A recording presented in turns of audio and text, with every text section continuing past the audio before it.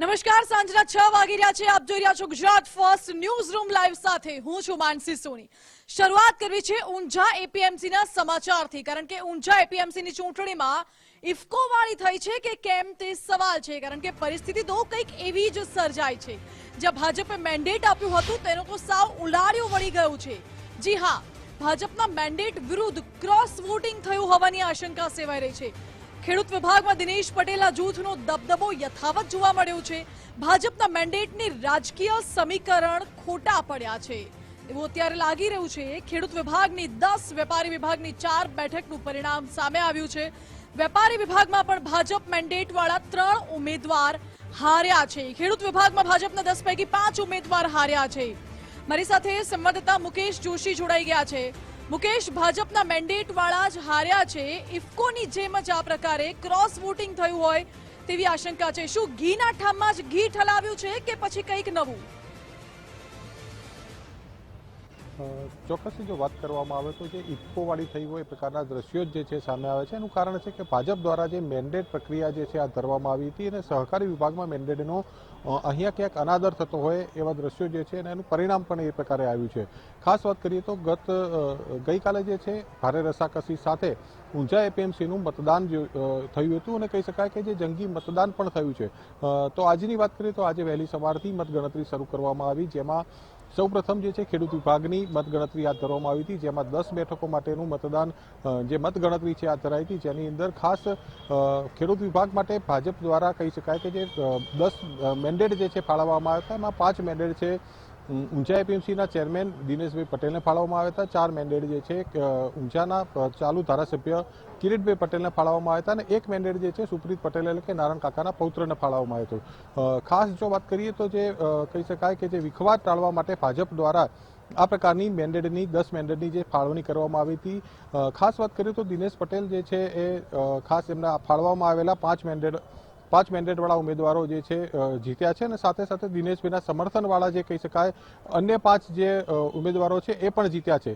એટલે 5 અપક્ષ અને 5 દિનેશભાઈના મેન્ડેટવાળા ભાજપની, એટલે 10-10 જે ઉમેદવારો જે છે દિનેશભાઈના જ ઉમેદવારો જીત્યા છે. એટલે ક્યાંક ને ક્યાંક કહી શકાય કે જે દિનેશભાઈનું પલ્લું અહીંયા ભારે જોવા મળ્યું હતું. અને સાથે વાત કરવામાં આવે તો કિરીટભાઈ પટેલના 4 ઉમેદવારો જે છે એમની કારમી હાર થઈ હતી. સાથે સાથે જે સુપ્રીત પટેલ છે, સુપ્રીત પટેલે નારાયણ કાકાનો પૌત્ર, એમની પણ જે છે હાર થઈ છે. એટલે 5 કહી શકાય મેન્ડેટવાળા ઉમેદવારોની હાર થઈ છે અને દિનેશભાઈ ભાજપના મેન્ડેટ સાથે જે ઉમેદવારો લડ્યા હતા એ તમામની જીત થઈ છે. બીજી તરફ વાત કરીએ તો જે વેપારી વિભાગ કહી શકાય જે ખરીદ વેચાણ સંઘમાં જે આવે છે એમાં દિનેશભાઈ પટેલ છે બિનહરીફ થયા હતા. એટલે દિનેશભાઈનું જો ખેડૂત વિભાગની વાત કરવામાં આવે તો જે 10-10 એમના તરફી જે મતદાન થયું છે એટલે 10 સભ્યો એ મળ્યા છે અને 1-11માં દિનેશભાઈ, એટલે 11નું વોટિંગ તો પાકું થઈ ગયું. ત્યારબાદ જે છે આજે વેપારી વિભાગની મતગણતરી હાથ ધરવામાં આવી હતી. આ મતગણતરીની અંદર 4 બેઠકો માટે જે છે મતગણતરી શરૂ થઈ હતી. આ મતગણતરીની અંદર ખાસ વાત કરીએ તો દિનેશભાઈના સમર્થનવાળી 4 અપક્ષના જે ઉમેદવારો જે છે એમનો ભવ્ય વિજય થયો છે. સાથે એક કોંગ્રેસની વિચારધારાવાળા ઉમેદવારની પણ જીત થઈ છે અને એક ભાજપના મેન્ડેટવાળા ઉમેદવારની જીત થઈ છે. એટલે ચોક્કસપણે કહી શકાય કે જે 4માંથી 2 દિનેશભાઈના ફાળે ગઈ છે. એટલે ટોટલ સંખ્યાબળ જોવા જઈએ તો 13 ઉમેદવારો જે છે દિનેશભાઈના સમર્થનમાં છે.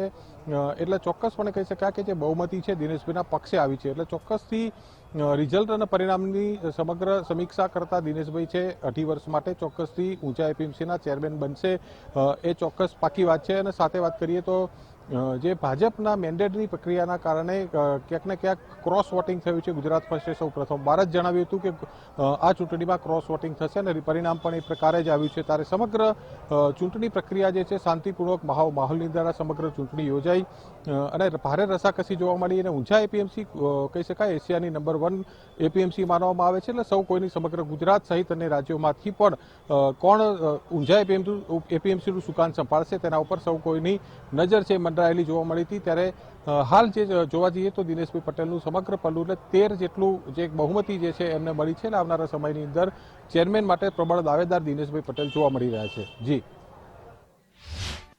જી મુકેશ, આભાર આપનો. એટલે મહત્વનું છે કે ભાજપના મેન્ડેટ વિરુદ્ધ ક્રોસ વોટિંગ થયું છે તે સ્પષ્ટ છે.